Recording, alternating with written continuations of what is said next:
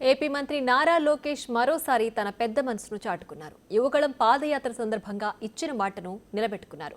నంద్యాలలో పురంధేశ్వరి అనే బీటెక్ విద్యార్థిని కన్నీటి పర్యంతమవుతూ లోకేష్ కు తమ కష్టాలు చెప్పుకుంది.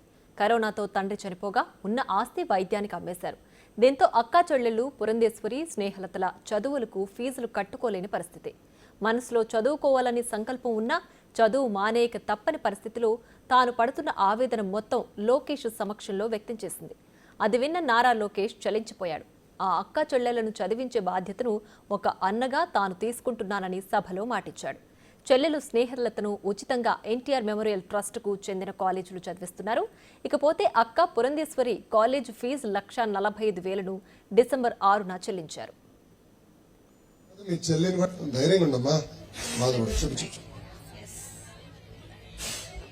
అందులో మా డాడీ కూడా చనిపోయినాడు, కానీ గవర్నమెంట్ నుంచి మాకే వసతి కల్పించలేదు. కరోనాలో పేరెంట్స్ చనిపోయారు సార్, ఫాదర్ చనిపోయారు. ఆ అమౌంట్ ఎక్కడ కూడా రాలేదు వీళ్ళకి. అనౌన్స్మెంట్ లో మాత్రమే జగన్ మాకున్న చెప్పారు. ఆస్తులన్నీ మా డాడీ కోసమే అమ్మేసుకొని అప్పులన్నీ కట్టేసుకున్నాం సార్. కానీ మా అమ్మకి ఇద్దరే కూతురు, నేను మా చెల్లెలి.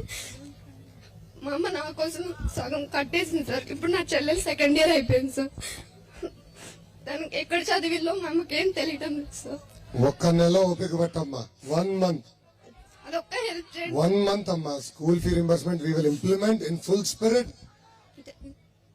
మిమ్మల్నే కాదు మీ చెల్లిని కూడా చదివించే బాధ్యత తెలుగుదేశం జనసేన ప్రభుత్వం తీసుకుంటారు.